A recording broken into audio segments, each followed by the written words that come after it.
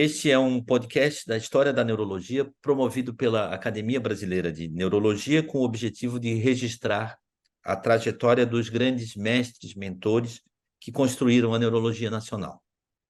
Meu nome é Marco Corrêa Neto, da Universidade Federal de Santa Catarina, e hoje a gente vai entrevistar o professor doutor Egberto dos Reis Barbosa.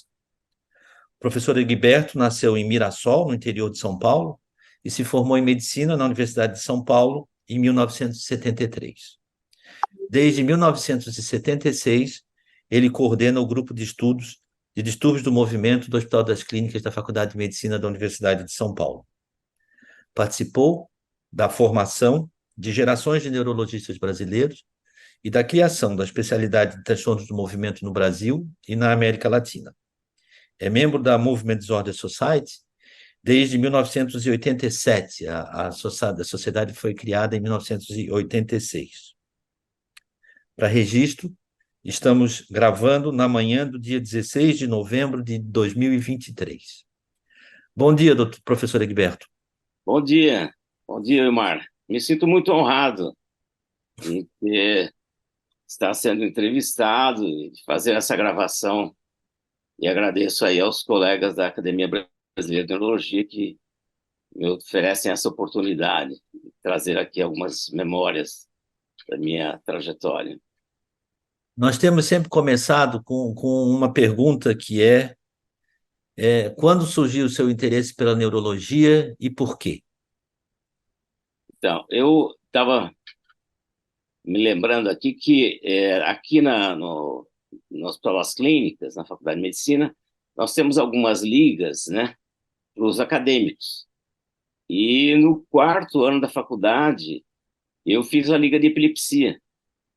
Eu achei interessante a área, já tinha conhecimentos de neurofisiologia, de neuroanatomia, achei bastante interessante a área. Mas a definição mesmo pela especialidade ocorreu mais para o fim do sexto ano de medicina. E naquela época, a intenção era até fazer neurocirurgia. Eu fiz um estágio durante o internato, né, no fim do sexto ano de medicina, de 2 meses, só na neurocirurgia. O meu interesse era essa área. Mas a neurocirurgia, na época, era muito precária, os recursos eram muito precários em termos de poder oferecer para o paciente resultados de qualidade. Então, assim, as neurocirurgias que eu participei, que eu vi, os pacientes frequentemente saíam sequelados, a taxa de mortalidade dessas cirurgias era muito alta, não se tinha naquela época os métodos de neuroimagem de hoje. Eu acabei desistindo dessa área e preferi optar pela neurologia clínica. E não me arrependo, realmente foi uma escolha que eu acho que se adequou perfeitamente à minha personalidade, à forma pela qual eu vejo a medicina. Quando o senhor se formou, o senhor fez a prova para residência de neurologia e logo entrou na neurologia, né? Aqui na época, no departamento, havia uma entrevista Uhum. com os professores para admitir, não havia propriamente uma prova, mas havia uma entrevista com os candidatos. E, na época, quem fazia essa entrevista era o professor Milberto Scaff. Então, para os alunos da faculdade, era só uma entrevista. Para os que vinham de outras instituições, havia uma seleção mais rigorosa, com prova, mas os da faculdade hoje já não é mais assim. Mas os da faculdade tinham essa primazia de poderem entrar sem fazer uma prova, né? Desde que houvesse vagas suficientes para aqueles que estavam se interessando pela especialidade, né?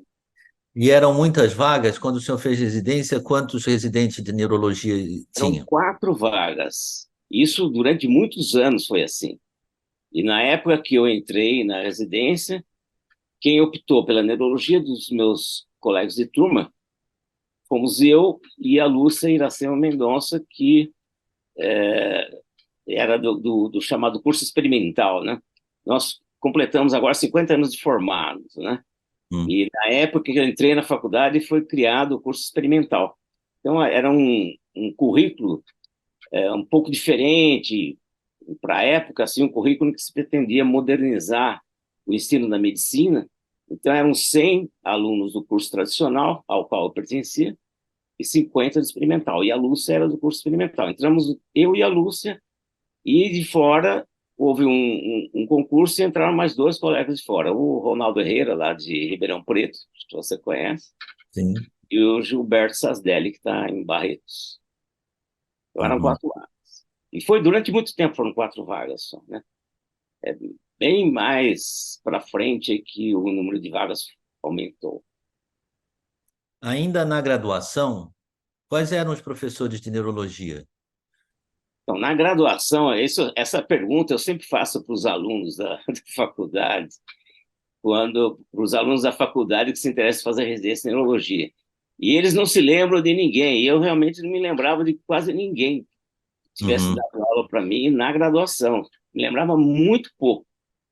Os alunos da faculdade se lembram mais dos, os preceptores do pronto-socorro. Mas Aham. nós, na faculdade, tínhamos assim pouco contato muito superficial com os professores da faculdade, mas tinha o professor Milberto, já dava aula, o professor Baqueschi, o professor Lamartine de Assis, que era muito ativo ainda naquela época, o professor Canelas, mas assim, a lembrança era realmente muito distante Sim. pelo A contato que eu sua, tive durante a faculdade, né? a sua residência foi de 3 anos. O primeiro ano era na clínica médica Não, não ou era assim ainda. Eram dois não? anos só. Não, não Dois passava anos? na clínica médica. Era a moda antiga, né? Eram Sim. 2 anos de neurologia só. Então, não tinha esse estágio, esse primeiro ano na clínica médica. Por isso que eu comecei a residência em 74, terminei em 76. Foram 2 anos só. 2 E anos. quais eram os preceptores na residência? Na residência, o preceptor era o Ricardo Nitrini. Uhum. Foi preceptor do nosso grupo. Foi um ótimo preceptor. E os professores com quem a gente tinha mais contato, que eu devo ser a minha formação, o professor Milberto Scaff, que sempre teve um papel muito importante ao longo de toda a minha trajetória, o professor Luiz Alberto Baqueschi, também muito presente, brilhante professor. O professor Canelas, o professor Canelas tinha mais uma atividade mais acadêmica, me ajudou muito em muitas coisas, posso falar isso mais adiante, e o professor Lamartine de Assis, são as pessoas mais marcantes no grupo de assistentes da neurologia, na época que eu fiz a residência. Os professores faziam ambulatório também na época? O professor Milberto fazia ambulatório. O ambulatório tinha um chefe de ambulatório, né? E o professor Milberto era um desses chefes de ambulatório. E já Então, havia a especialização Então, em... na época, tinha um ambulatório de extrapiramidal, é um termo que ficou até hoje, né? Sim. Tinha um ambulatório de extrapiramidal. Esse ambulatório foi criado bem antes para selecionar pacientes para neurocirurgia funcional. Na década de 60, teve um impulso muito grande e foi criado esse ambulatório mais com essa finalidade. E depois, o ambulatório, a neurocirurgia funcional foi, à medida que vieram os progressos dentro da área, a neurocirurgia funcional perdeu muito espaço com a vinda, principalmente da levodopa, porque eram pacientes essencialmente com doença de Parkinson que eram operados, né? Mas o ambulatório, ele já estava, assim, mais ou menos estruturado, e quando eu terminei a residência, não havia um responsável pelo ambulatório na época, né? As pessoas que tinham se interessado acabaram saindo, e eu ainda era muito novo, muito imaturo até para receber essa função de coordenar o ambulatório, mas os primeiros anos então, foram um pouco penosos para mim para assumir, e assistência também aos pacientes, né? Era um número grande de pacientes, não tinha muita gente para me ajudar, né? E o começo foi assim, mas o ambulatório já existia, assim, uma estrutura ainda rudimentar, mas já existia. E ele ficava na neurologia ou na neurocirurgia? Na neurologia, era um ambulatório da neurologia, né? Os ambulatórios mais bem estruturados na época, que já existiam, era de epilepsia, de miopatias, eram os assim que tinha uma estrutura assim mais consistente, né? Miopatias era o professor Lamartine de Assis? O professor Levi e o professor Lamartine fazia a área de miastenia graves, né?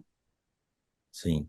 Mas o professor Levi que era responsável pelas miopatias. De epilepsia, era o grupo do professor Luiz de Assis, irmão do professor Lamartine de Assis. Os laboratórios já tinham sido criados há mais tempo, já tinham uma estrutura melhor. E o professor Milberto, na época, o que que ele fazia? O professor Milberto era um neurologista geral, né? Durante quase toda a carreira dele, ele sempre é, transitou em todas as subespecialidades da neurologia. Foi um grande mestre, né? Talvez tenha sido a pessoa com quem eu mais aprendi na minha residência de neurologia foi com o professor Milberto Scaff. Especialmente porque ele era responsável pela enfermaria na neurologia. Então, nós passávamos visita durante toda a minha residência e depois, quando ele assumiu a casa, ele continuou passando visitas na enfermaria e coordenando as reuniões científicas. E, assim, a influência dele na minha formação foi muito grande, ao longo de toda a minha trajetória. E quem era o responsável pelo ensino da semiologia? Acabava O sendo o professor Milberto? professor Milberto e o professor Lamartine. O professor Lamartine era um grande semiologista. O professor Hum. Baqueschi também. Baqueschi, o professor Baqueschi, o professor Lamartine, o professor Milberto eram semiologistas assim de altíssimo nível. Ensinaram muito para toda a geração de neurologistas que se formou na época que eles estiveram lá na neurologia. E esse ensino era feito à beira do leito ou em reuniões? À beira do leito, sempre, lógico que vinha aquela base de fisiopatologia, de um programa teórico, né? O Uhum. curso de fisiopatologia foi muito bom, na época que eu fiz a residência foi muito bom. E foi o Ricardo Netrin que coordenou, que montou esse curso de fisiopatologia, e a prática na enfermaria. Então, Algum, na época, 2 anos era considerado suficiente, né? Depois é que foi se estendendo. alguma outra pessoa foi importante nessa época de formação enquanto. O professor Espina, né? O professor Uhum. Espina França. O professor Espina França ficava mais ligado ao laboratório de líquido, mas na área de moléstias infecciosas era muito importante, participou também de uma forma muito importante na minha formação. O professor Espina França teve também um papel bastante relevante para todas as gerações de neurologistas que se formaram enquanto ele esteve lá. O professor catedrático era o professor Canelas. O professor Canelas, quando eu entrei na residência, já era há algum tempo o professor Canelas. O professor Canelas, ele tinha uma atividade mais voltada assim, para atividade acadêmica, de pesquisa. O professor Canelas não frequentava com regularidade as enfermarias, mas tinha uma atividade acadêmica muito boa. Foi com ele que eu aprendi a redigir trabalhos científicos. Era português, ele era um português assim de altíssimo nível, impecável. Eu melhorei muito, aprimorei muito o meu português com o professor Canelas. E aprendi a escrever e redigir trabalhos científicos com ele também. Naquela época, a preferência é para que os trabalhos fossem escritos em português, né? Não, depois que. Naquela época, não se tinha muito acesso a revistas internacionais, né? A nossa revista de referência eram os arquivos de neuropsiquiatria mesmo, né? Depois é que a gente começou a ter uma inserção internacional, né? E o professor Canela já estava colecionando os casos de doença de Wilson, as famílias com doença de Wilson? Essa era uma linha de pesquisa que era a menina dos olhos do professor Canela. O senhor poderia falar mais sobre isso? E o professor Canelas, quando foi introduzida a penicilamina em 56, né, pelo professor Walsh, que eu tive até a oportunidade de conhecer,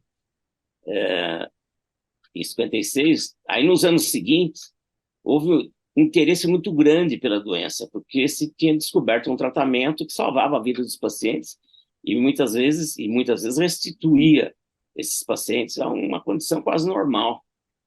Então, no mundo todo, houve um interesse pelo estudo da doença, e o professor Canella se engajou, então, nessa linha de pesquisa.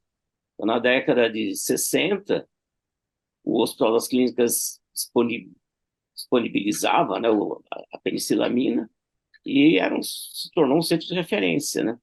Então, aí foi se formando essa casuística enorme de pacientes com uma doença que é rara, né? A doença de Wilson. Quando eu comecei com o ambulatório de distúrbio do movimento, esses pacientes estavam dispersos pelos vários ambulatórios e eu procurei reunir o grupo todo de pacientes com doença de Wilson no ambulatório de distúrbio do movimento.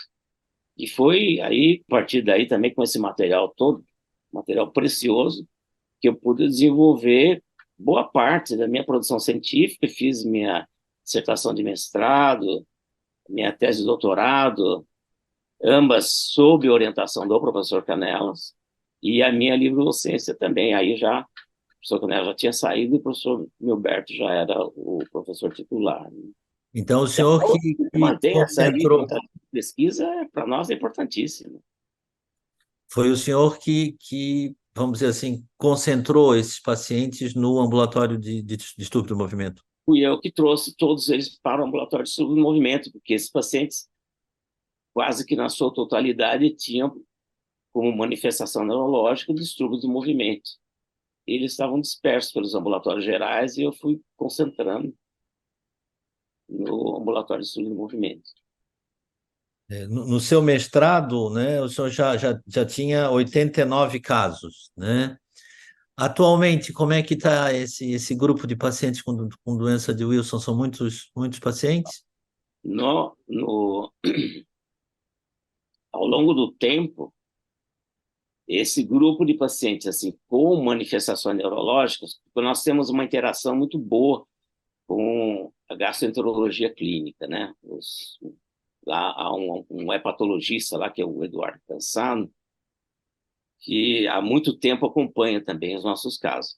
Mas pacientes com manifestações neurológicas, não pacientes que tenham quadro hepático exclusivamente, atualmente nós estamos chegando perto dos 200 pacientes registrados ao longo dessas décadas, né?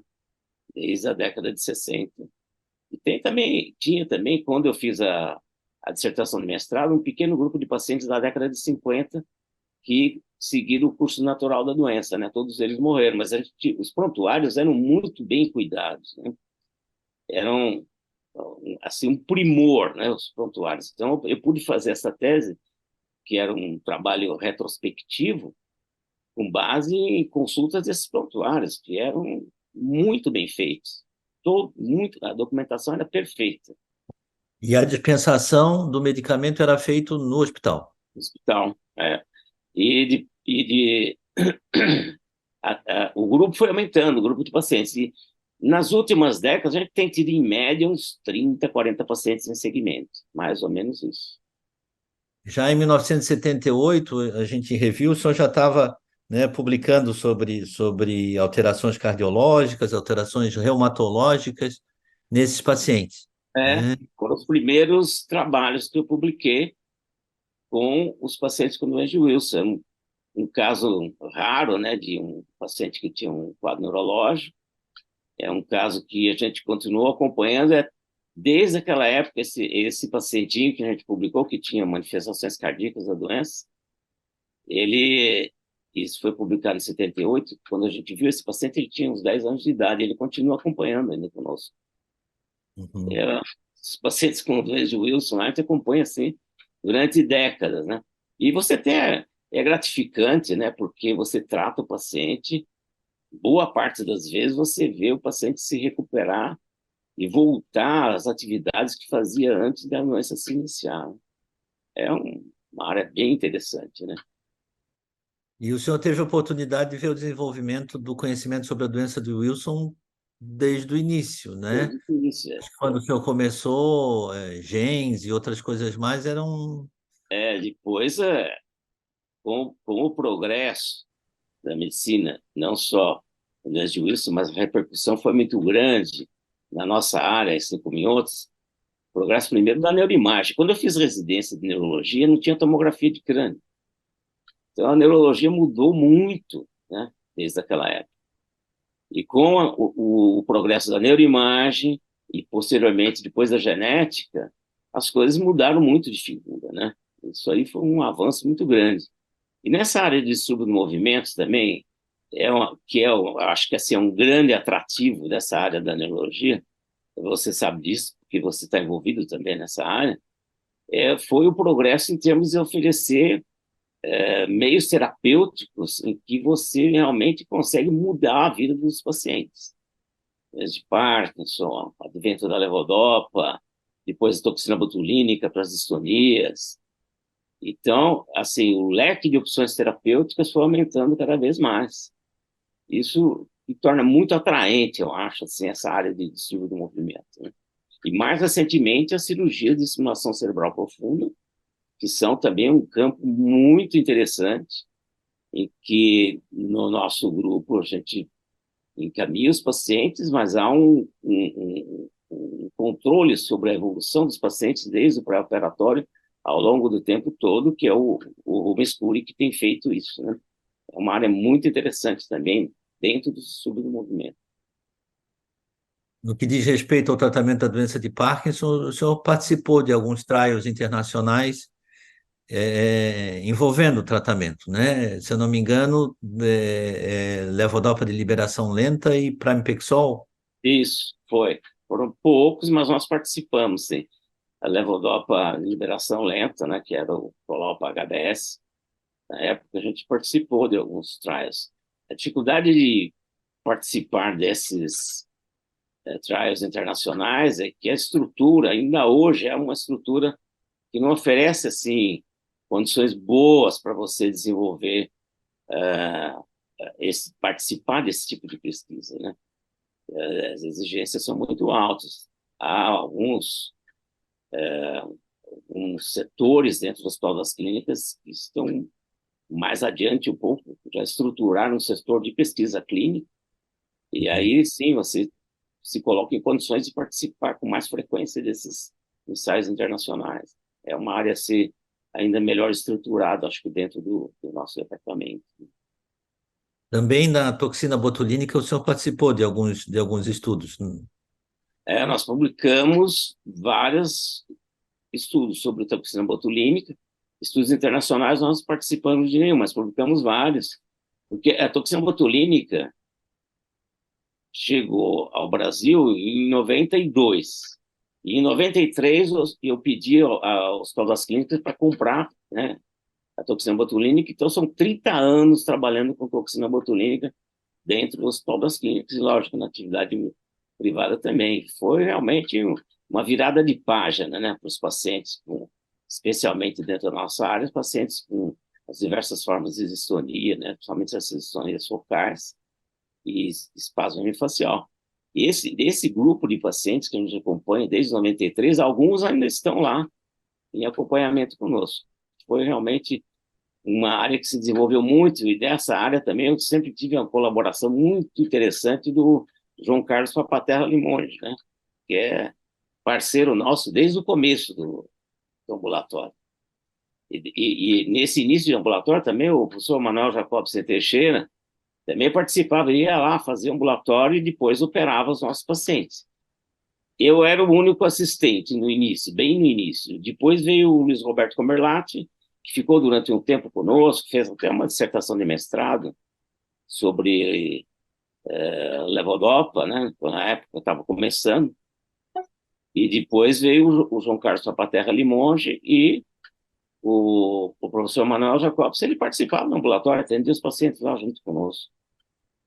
Aí depois, com o tempo, foram vindo os acadêmicos da faculdade que se interessaram pela área, a Mônica Haddad, a Rosana Alves, que depois foi para a neuropediatria, e aí o grupo foi crescendo. Aí alguns preceptores, depois terminaram a preceptoria, se interessaram em continuar conosco, né?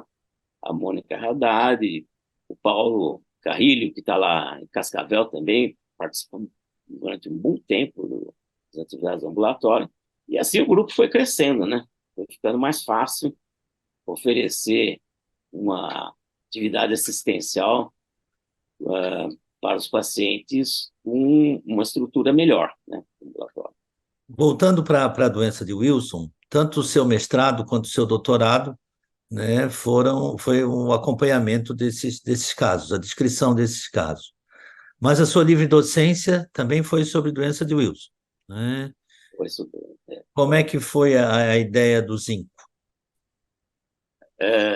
o que aconteceu ao longo do tempo nos medicamentos disponíveis para tratamento do doença de Wilson é que nós tivemos penicilamina disponível no hospital durante a maior parte dos pacientes nossos eram tratados com penicilamina, alguns poucos casos com trintine. E o que aconteceu é que quando o zinco se firmou como uma opção para o tratamento, a gente começou a usar em alguns casos. Mas nós passamos por uma época em que a penicilamina foi retirada do mercado, assim, abruptamente. E todos os pacientes nossos que estavam em acompanhamento, ele teve que passar para o zinco. Então, foi também a oportunidade de observar realmente o efeito do zinco no tratamento. Por isso que eu, quando fiz a minha tese de livre docência, eu optei por olhar, analisar esses pacientes que nós tínhamos acompanhado com o tratamento com zinco durante vários anos. E alguns deles nem precisaram voltar à penicilamina. Se mostrou realmente um medicamento efetivo, né? Alguns nós, inclusive, introduzimos desde o início, né, o tratamento com zinco. Mas me proporcionou a experiência de poder fazer um trabalho interessante nessa área, com mais de 20 pacientes acompanhados durante anos só com tratamento com zinco. E doença de Huntington, professor Egberto? A doença de Huntington também é outra área que a gente tem uma linha de pesquisa assim, bastante ativa, e era, inicialmente, nós publicamos algumas revisões sobre a doença, a nossa casuística, e depois a Mônica se interessou, a doutora Mônica Haddad se interessou por essa área e deu um impulso muito grande no desenvolvimento dos conhecimentos que a gente pôde gerar a partir do acompanhamento nesses pacientes no nosso ambulatório. Durante um tempo também nós tivemos a oportunidade de montar lá no laboratório experimental da neurologia, lá na faculdade, o teste para a doença de Huntington. Mas, infelizmente, isso não teve assim uma continuidade. Essa foi uma grande dificuldade que nós tivemos ao longo de todo o tempo. Agora, nós vamos ter a disponibilidade de ter alguns testes lá para oferecer para os pacientes por algum tempo, pelo menos por uns 2 ou 3 anos, uma quantidade de testes bastante interessante para poder testar esses pacientes, né? E testar os casos suspeitos. Então, esse foi um entrave assim muito grande, você não ter o teste genético disponível com facilidade. Uma área, isso foi uma coisa que atrapalhou um pouco assim o desenvolvimento dessa linha de pesquisa ao longo dos anos. Nessa época, provavelmente não existia disponível comercialmente, né? Isso precisava ser desenvolvido no Brasil. Os laboratórios, já há muito tempo, os laboratórios particulares oferecem o teste, mas Sim. dentro do serviço público a gente não tinha, né? Tivemos por um tempo, porque um acadêmico se interessou, foi lá para o laboratório de neurologia experimental, montou o método, ficou durante uns 2 ou 3 anos trabalhando nisso, mas depois ele saiu. Agora ele voltou até para a nossa área, que é o Rafael Carra, não sei se você conhece, mas Sim. o Rafael foi que montou o teste e funcionou durante um tempo, a gente podia oferecer para os pacientes. Na USP também, durante um tempo, a gente tinha uma oportunidade que nós temos uma interação muito boa com o departamento de genética lá da USP. Nós temos várias linhas de estudo com eles. Durante um tempo, eles também nos deram uma ajuda com esses testes genéticos, mas sempre uma coisa assim, não tinha uma continuidade, também não tinha assim, uma facilidade dos pacientes, porque o paciente tinha que se deslocar até lá para colher o material, né? Não é muito perto aqui, os hospitais clínicas da cidade universitária. Além da doença de Wilson, da doença de Huntington, da toxina botulínica e as distonias, e da doença de Parkinson com cirurgias, atualmente tem alguma outra linha de pesquisa dentro do ambulatório? O que também nós desenvolvemos durante um tempo, em parceria com a psiquiatria, com o Eurípides Constantino Miguel, que é o atual professor titular, foi o estudo dos tics e da síndrome de Tourette. Nós tivemos uma interação muito boa durante muitos anos, ultimamente menos, mas uma linha de pesquisa que foi muito frutífera também, né? Estudar esses pacientes.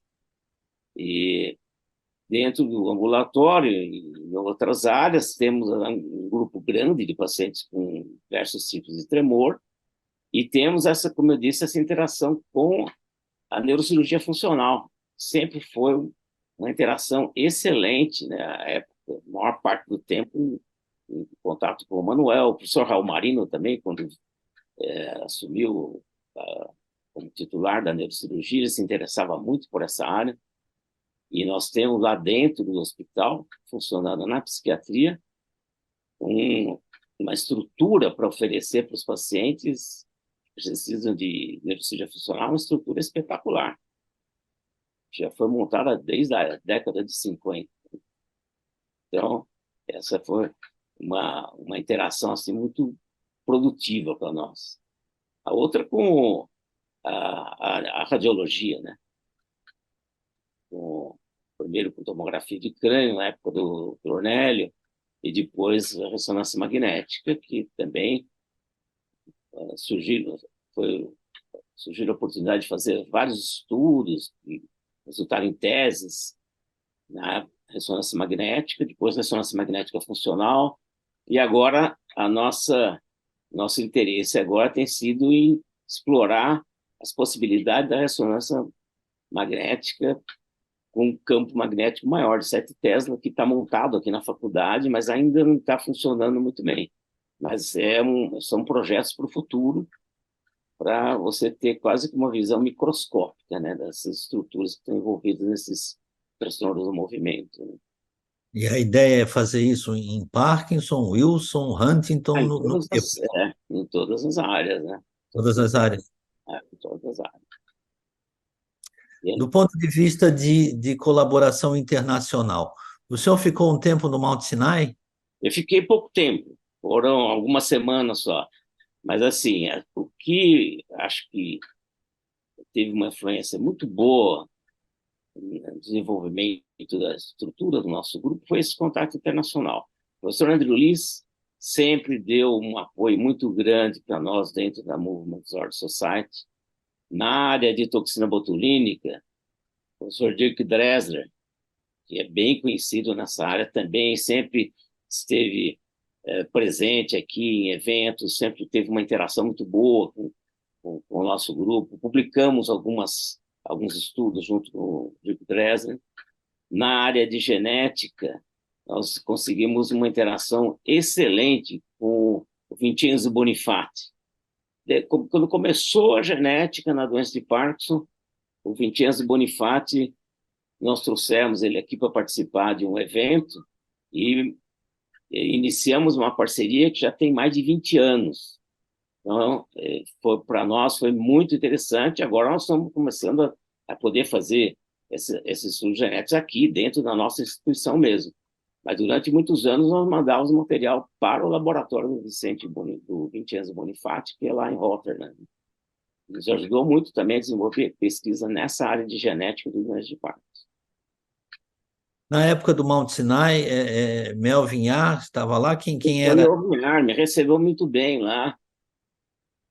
Foi muito importante o período que eu tive lá. E eu fiquei muito impressionado de ver como se valorizava a semiologia, o exame neurológico, a anamnese, que a impressão que a gente tem que no primeiro mundo se recorre com mais ênfase a exames complementares, mas a clínica era muito apurada e era muito valorizada, né, dentro do serviço dele. Eu achei isso muito interessante. E ele participava do exame? Ele participava das visitas? Tinha um grupo de assistentes, mas ele participava. Tinha uma atividade muito presente, né? O professor Melvin Yar foi um grande professor, um dos pioneiros nessa área de subdesenvolvimento. Quem esteve com ele, ficou mais tempo lá, ficou acho que 1 ano e meio ou 2, foi o João Carlos Papaterra Limonge. Ele teve uma formação muito boa nessa área de subdesenvolvimento com o professor Melvinhar. E depois Professor, ampliou um pouco as interações em outras áreas, né? Doença de Wilson, quem nos ajudou muito também foi o professor Stern, era uma dupla, né? O professor Sternlieb Scheinberg. O professor Herbert Scheinberg era a referência mundial em doença de Wilson nos Estados Unidos na década de 80. E ele esteve aqui em São Paulo, ficou aqui uma semana em contato conosco, deu várias palestras, conversei muito com ele na época, né, sobre as nossas dúvidas, somente sobre diagnóstico, tratamento, e foi uma interação muito boa, muito uhum. interessante. E depois, em uma outra etapa, com o Hartmut Schmidt, que é um neurologista que trabalha na área de genética e distúrbio do movimento, na Alemanha, e que nos proporcionou a possibilidade de fazer os primeiros testes genéticos dos nossos pacientes com doença de Wilson. Professor Egberto, nesse caminho, então, da implantação do transtorno do movimento no Brasil e na América Latina, né, duas contribuições que o senhor fez foi junto à fundação da Solama, né, e depois na criação do Gerim, né? Isso. O senhor poderia falar sobre a Solama, como é que foi a Sociedade Latino-Americana de Transtornos do Movimento? Isso foi muito interessante. Foi um movimento que foi assim liderado, né, iniciativa do professor Carlos Souza de Montevidéu. O professor Carlos Souza era um entusiasta por essa área de distúrbio do movimento e ele quem organizou as primeiras reuniões congregando aí a comunidade de neurologistas da América Latina, mas especialmente Brasil, Uruguai e Argentina, Chile também participaram dessas primeiras reuniões. E na Argentina, o professor Federico Micheli, o Oscar Geschanik, né, que tem uma interação muito grande aqui conosco, participa sempre das nossas reuniões, mas ele estava também no início, ele promoveu uma das reuniões da Solama lá em Buenos Aires. E o Marcelo Merello também, né, da Argentina.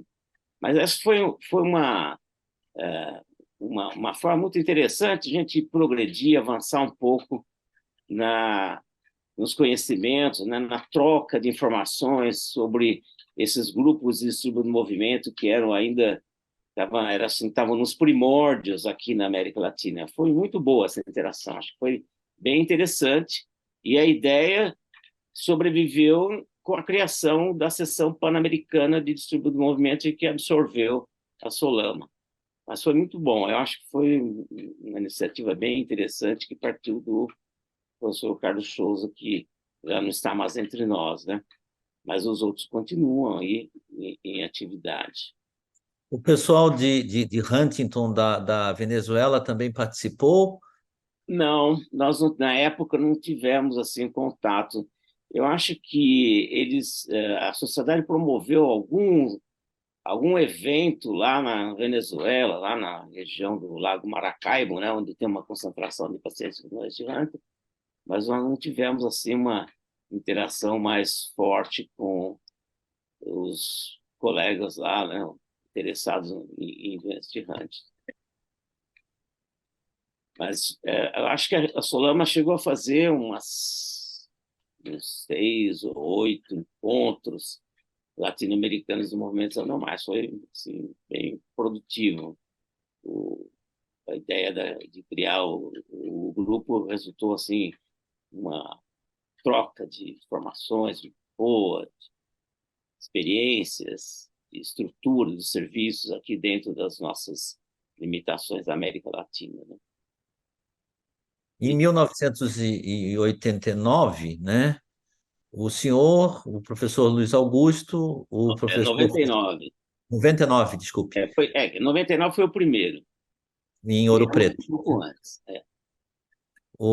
Então, o senhor, o professor Luiz Augusto, o professor Francisco Cardoso e o professor Hélio Teve criaram o Gerim, né, que muito contribuiu para a divulgação dos transtornos do movimento no Brasil. Como é que foi essa ideia? Começou em 98? O primeiro começou em 98, porque nós tínhamos feito aqui alguns eventos, né, encontros, simpósios de estudo do movimento, um pouco antes, né, e no início da década de 90, organizados pelo professor Luiz Augusto e por mim, uma interação aqui em São Paulo, né, das duas escolas. Mas depois, quando o Francisco Cardoso veio para o Brasil, ele até participou de um desses eventos que nós organizamos, né, 93, 91 e 93. E com a criação de um grupo de estudo do movimento lá no Paraná, pelo professor Hélio Teve, nós estávamos sempre juntos nesses eventos, surgiu a ideia de criar esse grupo, que é o grupo de reciclagem e neurologia, né?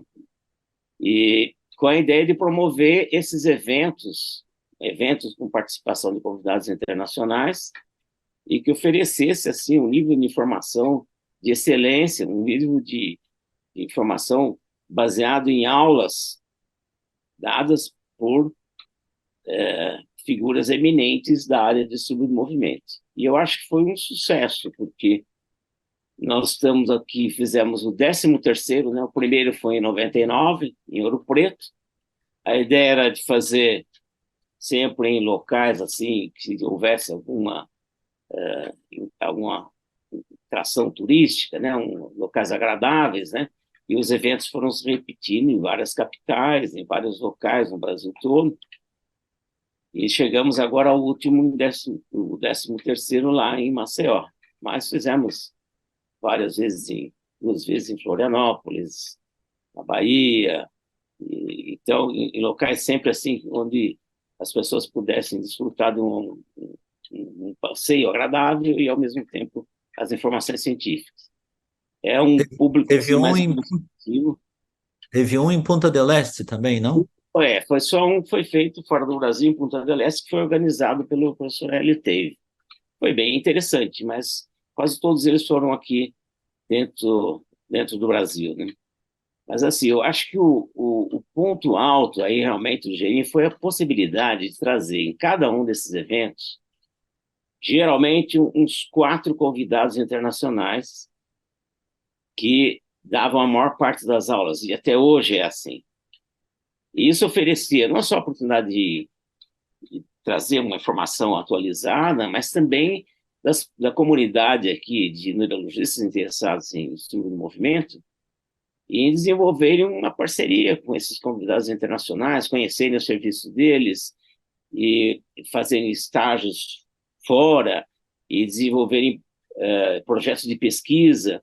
Então, nós tivemos, ao longo desse tempo, são 20, eu fiz as contas, agora, Marcelo, são 22 pessoas, algumas vieram várias vezes, o professor Andrew Liz participou de quase todos, acho que exceto um, o Oscar Gershani, que também participou de vários, o Oscar Merello também de vários.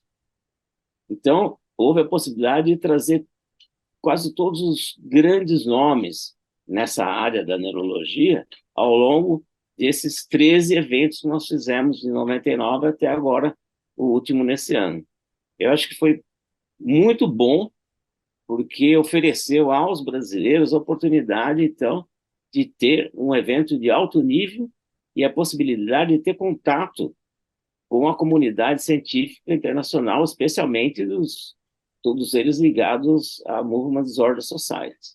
Eu acho que o GRI foi realmente uma ideia muito boa e espero que continue, né, os eventos.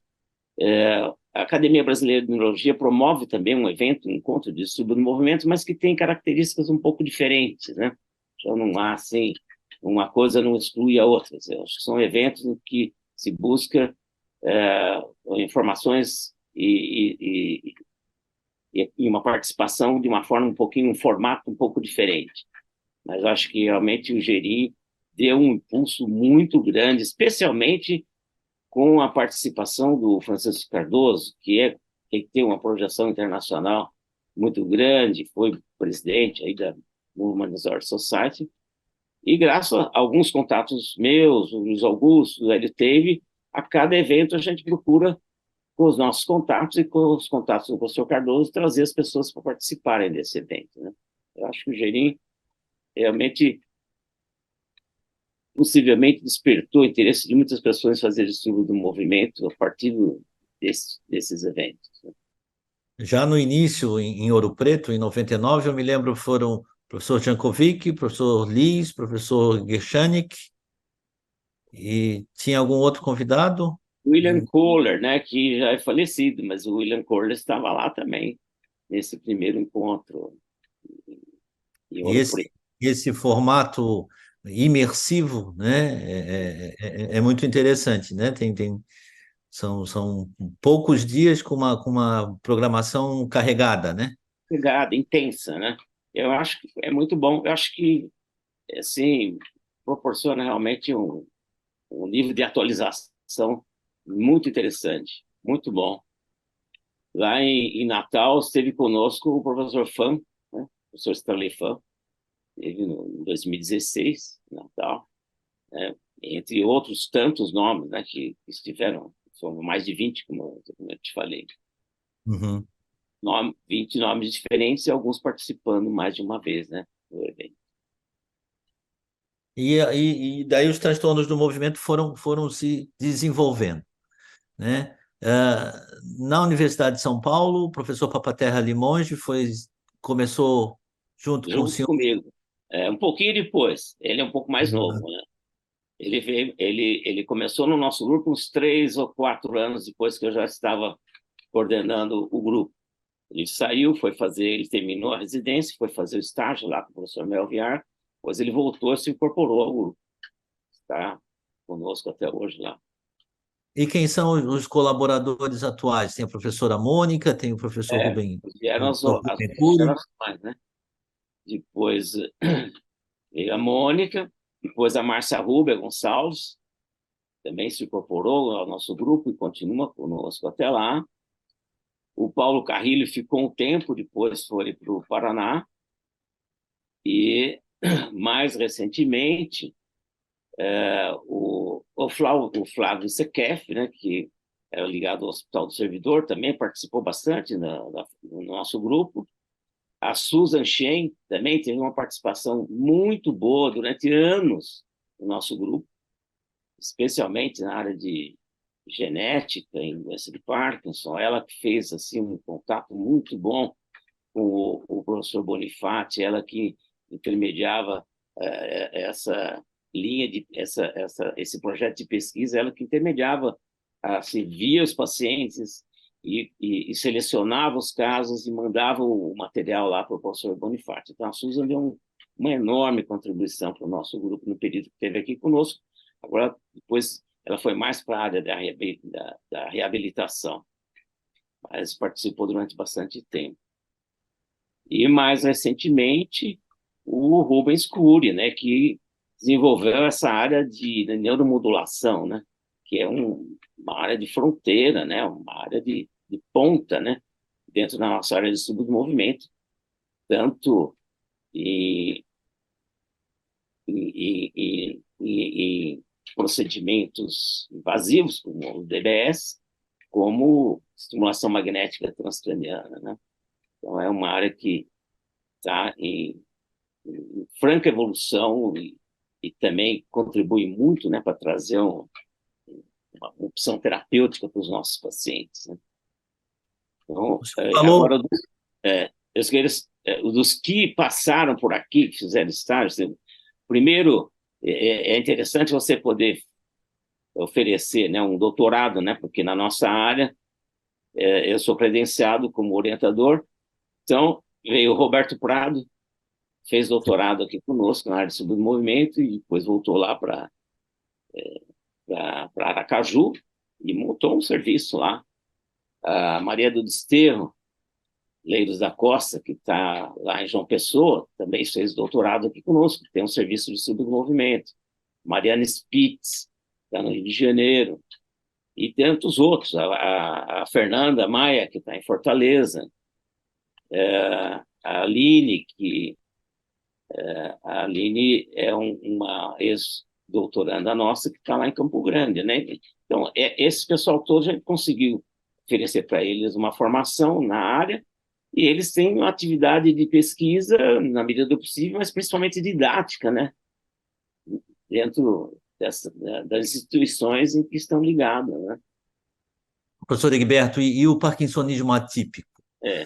Né? Então, Quem antes, então, eu quem... ia começar a falar dos que estão se dedicando a essa área, mas eu ia voltar só um pouco atrás, que eu esqueci de mencionar a participação da Laura Moriyama, né? A Laura Moriyama foi nossa estagiária aqui, fez fellow aqui conosco, e depois foi para Londres, ficou muitos anos em Londres, estreitou ainda mais as nossas relações com o serviço do professor Andrew Liss. E até hoje ela participa, ainda está lá em Campinas, agora na Unicamp, mas nós temos uma interação muito boa com a Laura Moriyama, que foi agora mais para o lado do subdesenvolvimento em crianças, na área neuropediátrica. Mas estava falando dos mais novos agora que estão trabalhando nessa área. O Marcos Castelo esteve em Londres durante, acho que ele ficou 1 ano e meio, 2, no serviço lá do professor Andrew Liss, e agora o Thomas Horner, é, Uhum. agora é o substituto do professor Liss. Ele está desenvolvendo projetos de pesquisa nessa área, especialmente com pacientes com paralisia supranuclear progressiva.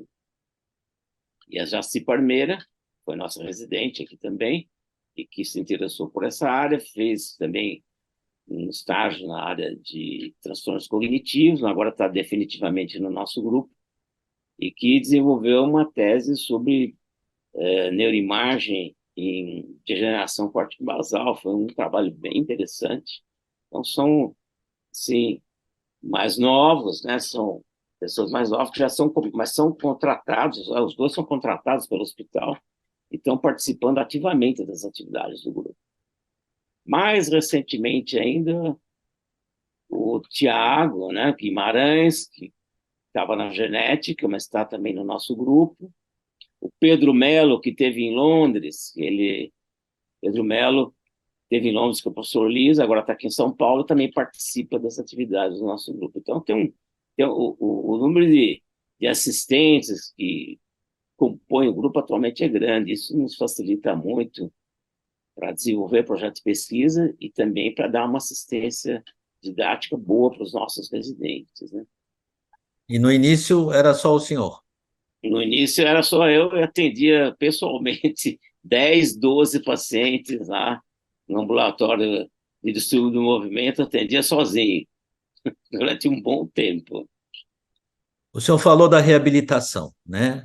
Reabilitação é importante nos transtornos do movimento. O que que o senhor poderia dizer Então, sobre isso, essa por foi uma favor? área que se desenvolveu muito nos últimos anos. E algumas profissionais dessa área, da área de fisioterapia e da área de fono, passaram a se interessar em acompanhar as atividades do grupo. E na área de fono, Alice Estevo Dias, que fez doutorado comigo, durante muito tempo acompanhou nosso ambulatório, ainda nós temos uma, uma, uma ligação ainda que é menos presente, mas ainda ela continua acompanhando mais à distância as atividades do ambulatório. E na área da fisioterapia, várias teses de doutorado foram desenvolvidas, né? A Carolina Souza foi minha orientanda, depois passaram algumas outras que fizeram mestrado, e mais recentemente a Tamini Capato, que está desenvolvendo um trabalho muito interessante nessa área, e fez um vínculo com o grupo do professor Bastian Bloem, né, na Holanda, e que permitiu assim, um desenvolvimento ainda mais rápido de pesquisas dentro dessa área da reabilitação, que é uma área que ganha cada vez mais importância, né, dentro dos estudos do movimento, né? Professor Egberto, o objetivo da academia nessas entrevistas, né, é registrar a sua contribuição, mas também a gente gostaria de registrar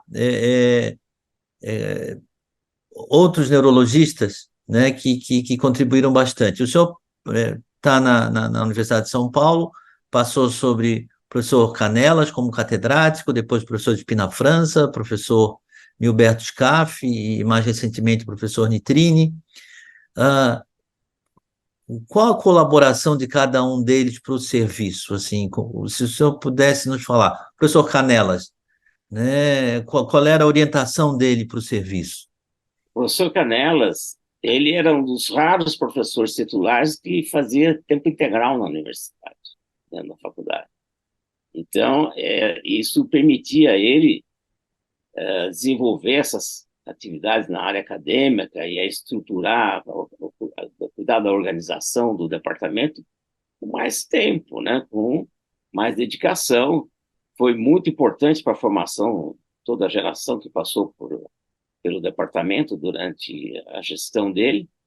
E os pontos fortes eram realmente, como eu disse, essa área de pesquisa, né, e como elaborar um projeto de pesquisa e como escrever um trabalho científico.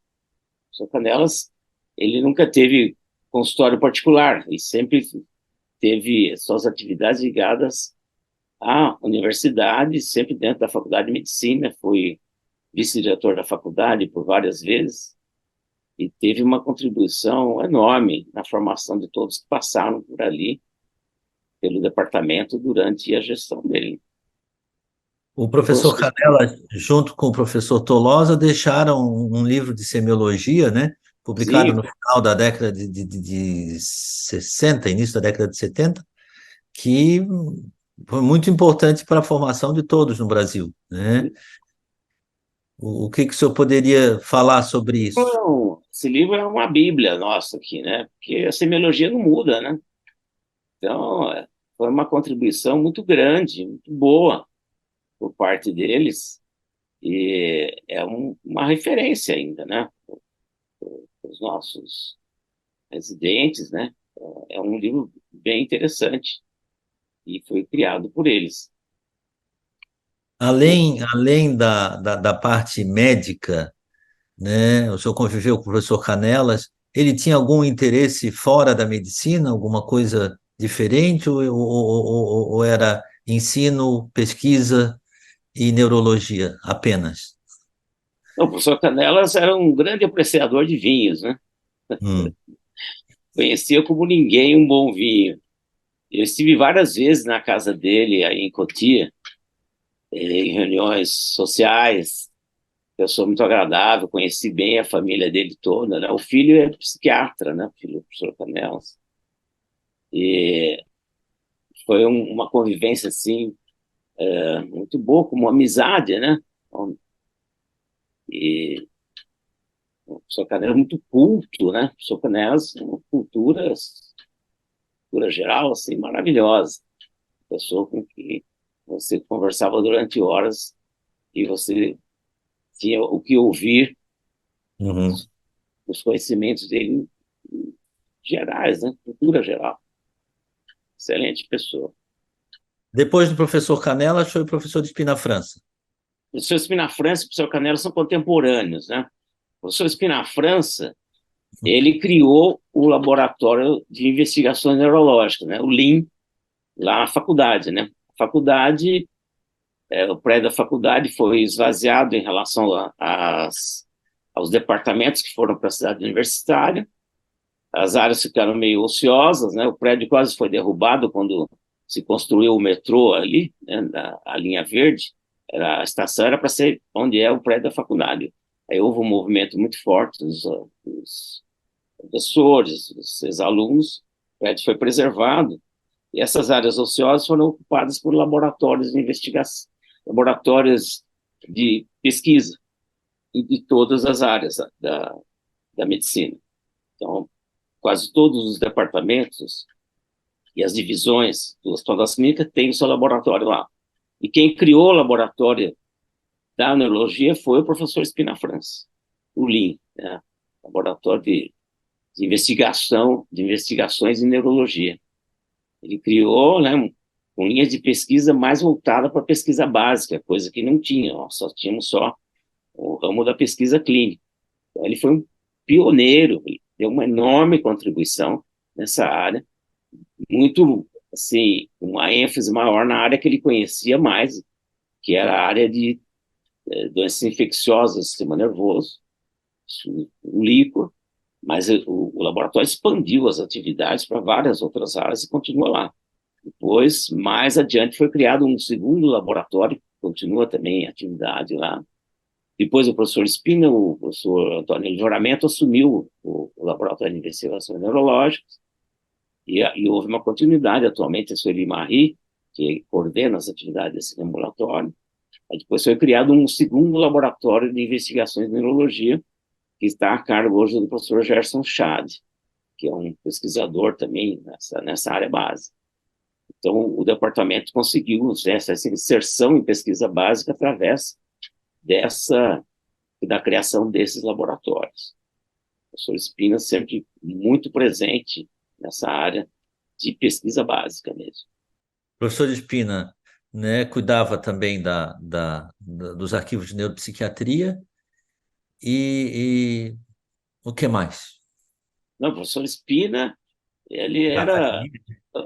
Essa, os arquivos de neuropsiquiatria são a revista de neurologia de maior longevidade, assim, contínua, né, no nosso meio, muito graças à atuação, primeiro, do professor Oswaldo Lange e depois do professor Espina França.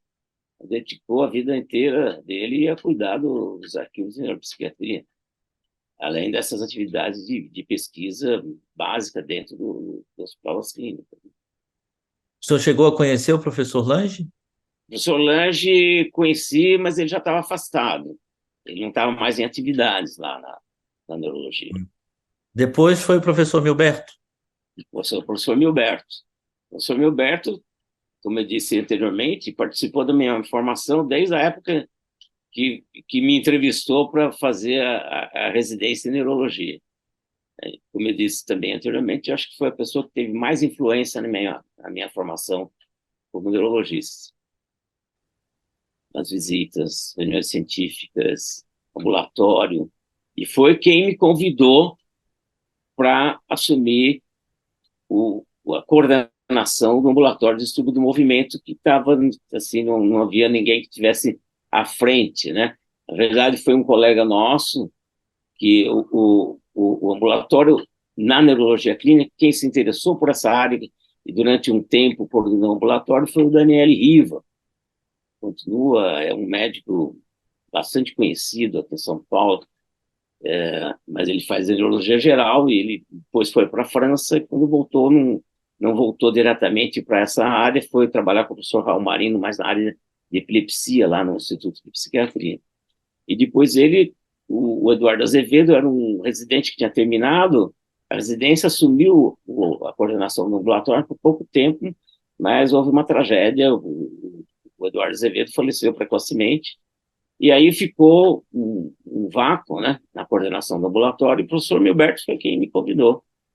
Foi em setembro de 1976. Eu tinha terminado a residência, estava começando a fazer o mestrado, nós tínhamos voltado do congresso que tinha tido, no Congresso Brasileiro, em 76, tinha tido em Salvador, quando aconteceu essa tragédia, e faleceu o Eduardo Azevedo, e o professor Canella, o professor Milberto, me convidou para assumir a coordenação do ambulatório. Foi ele que indicou meu nome para iniciar as atividades como coordenador do ambulatório. E sempre me deu muito apoio, e toda a estrutura do ambulatório, dentro do possível, sempre, e na orientação científica também.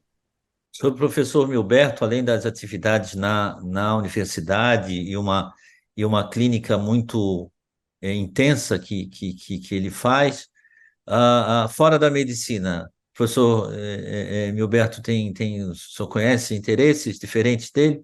Olha, o que eu sei que o professor Milberto, no contato que eu tive com ele durante esse tempo todo, é que ele gostava muito de viajar. Ele Uhum. gostava de conhecer o mundo, viagens com a família, para lugares mais diferentes, e falava muito sobre as viagens que ele fazia, sobre os lugares que ele tinha conhecido. Acho que esse era o maior hobby dele, pelo que eu conheci do professor Milberto. E o senhor, professor Egberto, fora da neurologia, fora da doença de Wilson, quais são os seus interesses? Eu gosto muito assim, de viajar, não só viagens para o exterior, mas ao longo de um mês, por exemplo, raramente eu fico todos os fins de semana em São Paulo. Eu gosto muito de ir para a praia, tenho um apartamento aqui no Guarujá, é pertinho daqui, 1h30, 1h45. Gosto muito de ir para a praia, acho que sai um pouco do ambiente de trabalho e se desliga, né?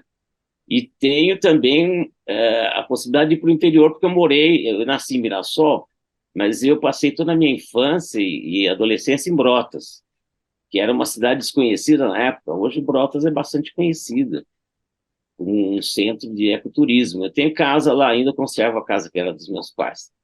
Brotas é um pouquinho mais longe, então realmente eu vou para lá em feriados prolongados, mas é um lugar onde me sinto muito bem também. A cidade está muito bem cuidada, é uma cidade muito bonita, e a casa lá é bastante confortável, é um lugar que eu gosto de ir também. Vou várias vezes por ano, então me alterno entre essas duas possibilidades, de ir para a praia e para o campo, né?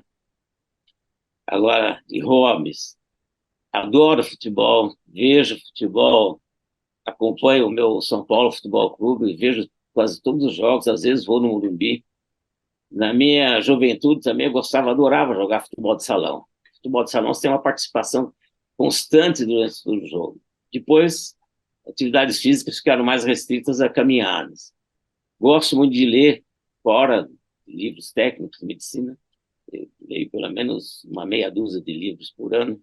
Adoro história, gosto muito de história. E nas minhas viagens para fora do país, eu me interesso muito nos aspectos históricos dos lugares por onde eu passo. Então, as coisas que eu gosto mais de fazer. E gosto de carro antigo também. O senhor tem uma coleção de carros antigos? Eu não Não. tenho coleção, mas eu tenho dois Fuscas. Eu tenho há mais de 15 anos já, bem conservados. Uhum. Um Fuscão 72 e um Fusca 1200, 65. Ando Eles com eles ficam em o São tempo todo. Paulo? Ficam em Hum? São Paulo? Ficam Ficam em aqui São em São Paulo, né? Dou umas voltas com eles por aí, fim de semana. E tem uma comunidade que gosta, se interessa por carros antigos e que cresceu muito esse interesse nas últimas décadas, né? Sim. Especialmente eu acho Fuscas, né? Tem uma coleção muito. Tem, É, tem muita gente que coleciona, o né? Clube do Fusca, né? Eu sou sócio do Clube do Fusca.